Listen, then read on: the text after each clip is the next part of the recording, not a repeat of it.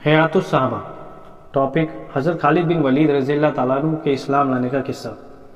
حضرت خالد رضی اللہ عنہ فرماتے ہیں کہ جب اللہ نے میرے ساتھ بھلائی کا ارادہ فرمایا تو اللہ نے میرے دل میں اسلام لانے کا جذبہ پیدا فرما دیا، ہدایت کا راستہ میرے سامنے کھول دیا۔ میں نے اپنے دل میں کہا کہ محمد صلی اللہ علیہ وسلم کے خلاف تمام لڑائیوں میں شریک ہوا ہوں، لیکن ہر لڑائی سے واپس آ کر مجھے خیال آتا تھا کہ میری ساری بھاگ دوڑ بے فائدہ کر رہا ہوں اور یقیناً محمد غالب ہو کر رہیں گے۔ جب حضور صلی اللہ علیہ وسلم حدیبیہ کے لیے روانہ ہوئے تو میں مشرکوں کے سواروں کا ایک دستہ لے کر نکلا۔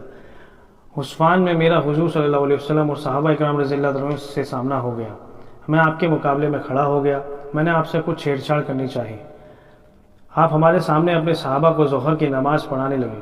ہم نے سوچا کہ ہم نماز کے دوران ہی آپ پر حملہ کر دیں، لیکن ہم کسی فیصلے تک نہ پہنچ سکے، اس لیے ہم نے حملہ نہ کیا اور اس میں ہی خیر تھی۔ آپ کو ہمارے اس ارادے کا پتہ لگ گیا، یعنی آپ کو اللہ نے بتا دیا۔ پھر آپ نے صحابہ کو عصر کی نماز صلاۃ الخوف، ڈر کی نماز کے طریقے پر پڑھائی۔ اس بات کا ہمارے دلوں پر بہت اثر پڑا۔ میں نے اپنے دل میں کہا کہ اس آدمی کی حفاظت کا مستقبل غیبی انتظام ہے۔ آپ ہم سے ایک طرف ہو گئے، ہمارے گھوڑوں کا راستہ چھوڑ کر دائیں طرف چلے گئے۔ جب آپ نے حدیبیہ میں قریش سے صلح کر لی، قریش نے آپ کو زمانی جمع خرچ سے واپس کر کے اپنی جان بچائی، تو میں نے اپنے دل میں کہا اب کون سی چیز باقی رہ گئی ہے؟ اب میں کہاں جاؤں؟ نجاشی کے پاس؟ نجاشی نے تو محمد صلی اللہ علیہ وسلم کی پیروی کر لی ہے، ان کے صحابہ اس کے پاس امن سے رہ رہے ہیں۔ کیا میں ہرقل کے پاس چلا جاؤں؟ تو مجھے اپنا دین چھوڑ کر عیسائی یا یہودی بننا پڑے گا، عرب سے باہر رہنا پڑے گا، یا اپنے وطن میں باقی لوگوں کے ساتھ رہتا ہوں۔ میں اسی سوچ وچار میں تھا کہ اچانک حضور صلی اللہ علیہ وسلم عمرے کی قضا کرنے کے لیے مکہ میں تشریف لائے۔ میں مکہ سے غائب ہو گیا۔ آپ کے آنے پر میں حاضر نہیں ہوا۔ میں نے بھائی ولید بن ولید بھی حضور صلی اللہ علیہ وسلم کے ساتھ اس عمرے میں مکہ آئے۔ انہوں نے مجھے بہت تلاش کیا لیکن کہیں نہ پایا، تو انہوں نے مجھے ایک خط لکھا جس کا مضمون یہ ہے: بسم اللہ الرحمن الرحیم، اما بعد، ابھی تک اسلام لانے کی تمہاری رائے نہیں بنی۔ اس سے زیادہ عجیب بات میں نے کوئی نہیں دیکھی، حالانکہ تم بہت عقل مند ہو۔ اسلام جیسے مذہب سے بھی کوئی انجانا رہ سکتا ہے؟ حضور صلی اللہ علیہ وسلم نے مجھ سے تمہارے بارے میں پوچھا تھا کہ خالد کہاں ہے؟ میں نے کہا اللہ ان کو ضرور لے آئیں گے۔ آپ نے فرمایا خالد جیسا آدمی بھی اب تک اسلام سے انجانا ہے، اگر وہ اپنی ساری طاقت محنت مسلمانوں کے ساتھ لگا دیتے تو ان کے لیے زیادہ بہتر تھا، ہم ان کو دوسروں سے آگے رکھتے۔ اے میرے بھائی، خیر کے بہت سے موقع تم سے رہ گئے، اب تو ان کی تلافی کر لو۔ حضرت خالد فرماتے ہیں کہ جب مجھے اپنے بھائی کا خط ملا تو دل میں مدینہ جانے کا ایک شوق پیدا ہو گیا، اسلام کا چاؤ بڑھنے لگا۔ مجھے اس بات سے بڑی خوشی ہوئی کہ حضور صلی اللہ علیہ وسلم نے میرے بارے میں پوچھا۔ اس زمانے میں نے ایک خواب دیکھا کہ ایک اقال کے مارے ہوئے علاقے میں ہوں اور میں وہاں سے نکل کر ایک ہرے بھرے لمبے چوڑے علاقے میں پہنچ گیا۔ میں نے کہا یہ سچا خواب معلوم ہوتا ہے۔ جب میں مدینہ آیا تو میں نے کہا اس خواب کا حضرت ابوبکر رضی اللہ عنہ سے ذکر کروں گا۔ میں نے ان سے اس خواب کا ذکر کیا۔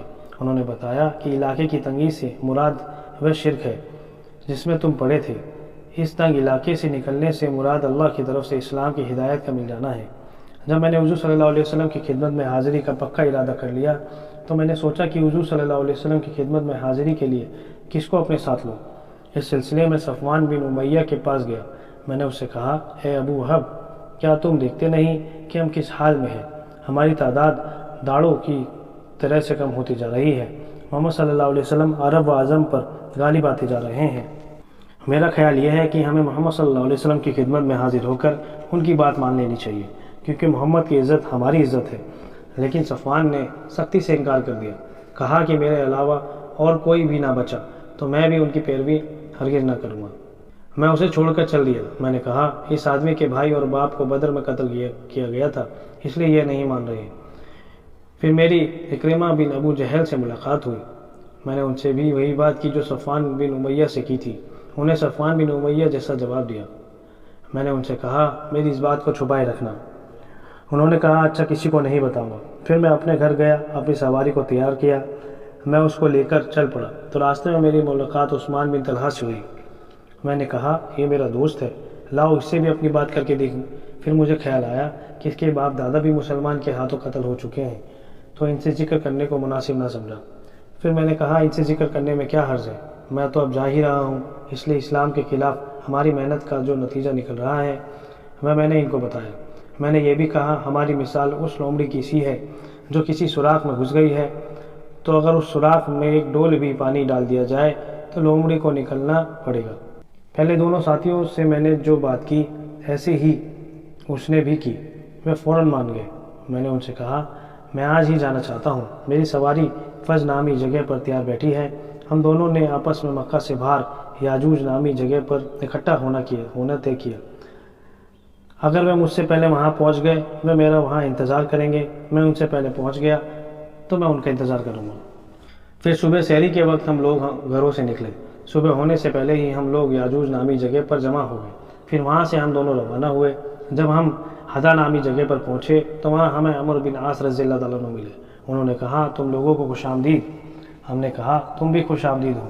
انہوں نے پوچھا کہاں جا رہے ہو؟ ہم نے کہا تم گھر سے کس ارادے سے چلے ہو؟ انہوں نے کہا آپ لوگ گھر سے کس ارادے سے چلے ہیں؟ ہم نے کہا ہمارا ارادہ تو اسلام میں داخل ہونے کا ہے اور محمد صلی اللہ علیہ وسلم کی پیروی کا ہے۔ انہوں نے کہا میں بھی اسی وجہ سے آیا ہوں۔ ہم تینوں ساتھ ہو لیے مدینہ جا پہنچے۔ حرہ میں اپنی سواریوں میں بٹھا دی۔ حضور صلی اللہ علیہ وسلم کو ہمارے آنے کی خبر ملی، جس سے آپ صلی اللہ علیہ وسلم بہت خوش ہوئے۔ میں نے اپنے صاف ستھرے کپڑے پہنے حضور صلی اللہ علیہ وسلم کی طرف چل پڑا۔ راستے میں میرے بھائی مجھے ملے۔ انہوں نے کہا جلدی کرو، حضور صلی اللہ علیہ وسلم کو تمہاری خبر مل چکی ہے، وہ تمہارے آنے سے خوش ہیں اور تم لوگوں کے آنے کا انتظار کر رہے ہیں۔ ہم تیز چلنے لگے۔ جب میں نے آپ کو دور سے دیکھا تو آپ مجھے دیکھ کر مسکراتے رہے، یہاں تک کہ میں نے آپ کے قریب آ کر اللہ کے نبی صلی اللہ علیہ وسلم کہہ کر سلام کیا۔ آپ نے کھلے ہوئے چہرے کے ساتھ سلام کا جواب دیا۔ میں نے کلمہ شہادت پڑھا۔ آپ نے فرمایا آگے آؤ، تمام تعریفیں اس اللہ کے لیے ہیں جس نے تم کو ہدایت دی۔ تمہاری عقل و سمجھ کو دیکھ کر مجھے یہی امید تھی کہ تمہیں خیر ہی کی توفیق ملے گی۔ میں نے عرض کیا یا اللہ کے رسول صلی اللہ علیہ وسلم، میں نے جن لڑائیوں میں آپ سے مقابلے میں حق کے خلاف لڑا ہوں مجھے ان کا خیال آ رہا ہے۔ آپ میرے لیے اللہ سے دعا کریں کہ اللہ ان سب کو معاف کر دے۔ آپ نے فرمایا اسلام اپنے سے پہلے تمام گناہوں کو مٹا دیتا ہے۔ میں نے کہا آپ اس کے باوجود میرے لیے دعا فرمائیں۔ آپ نے فرمایا کہ اللہ کے راستے سے روکنے کے لیے خالد بن ولید نے جتنی بھی کوشش اور محنت کی اسے معاف فرما۔ پھر حضرت عثمان اور حضرت عمر رضی اللہ تعالیٰ عنہ آپ سے بیعت ہوئے۔ ہم لوگ سفر 8 ہجری کو مدینہ آ گئے تھے۔ اللہ کی قسم ضروری اور مشکل معاملوں میں حضور صلی اللہ علیہ وسلم اپنے صحابہ میں سے کسی کو میرے برابر قرار نہ دیتے تھے۔